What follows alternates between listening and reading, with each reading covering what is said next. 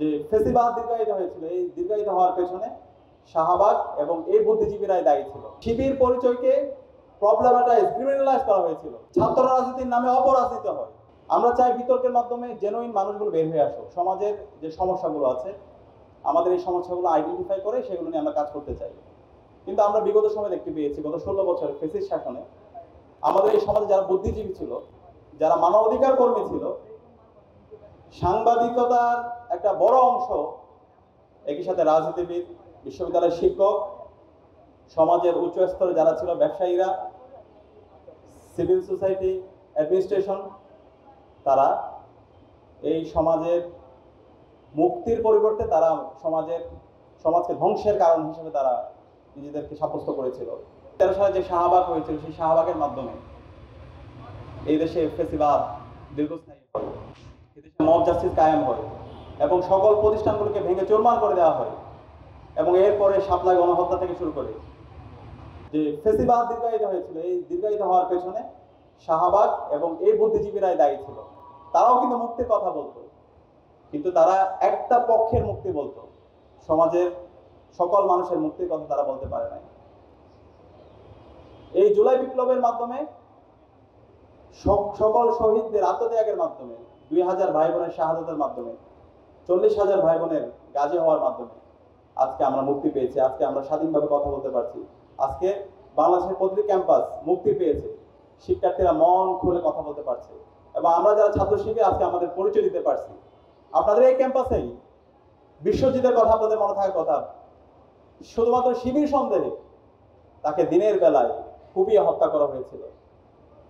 এই শিবির পরিচয়কে প্রবলেমাটাইজ, ক্রিমিনালাইজ করা হয়েছিল। শিবিরের কোনো অধিকার ছিল না।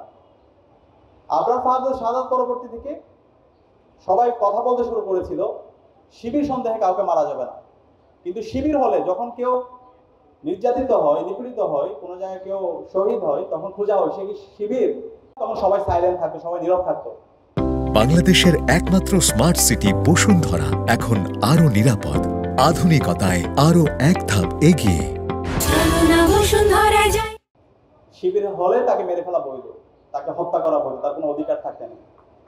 এই ধরনের হিপোক্রেসির মাধ্যমে আমাদেরকে গত 16 বছরে যেতে হয়েছে এবং সবচেয়ে ভিকটিম এবং সবচেয়ে মজলুম সংগঠন ছিল বাংলা ইসলামী ছাত্র শিবির। এবং রিসেন্টলি আপনারা একটি গুম কমিশনের ডকুমেন্টারি দেখতে পেয়েছেন, সেখানে দেখতে পেয়েছেন একক সংগঠন হিসাবে বাংলাদেশে বিএনপি জামাতের পরে, বিএনপির পরে সবচেয়ে বেশি ছাত্র শিবির, এবং জামাত এবং শিবির একসাথে বলে সবচেয়ে বেশি জুলুমের শিকার ছিল, গুমের শিকার ছিল, নির্যাতনের শিকার ছিল।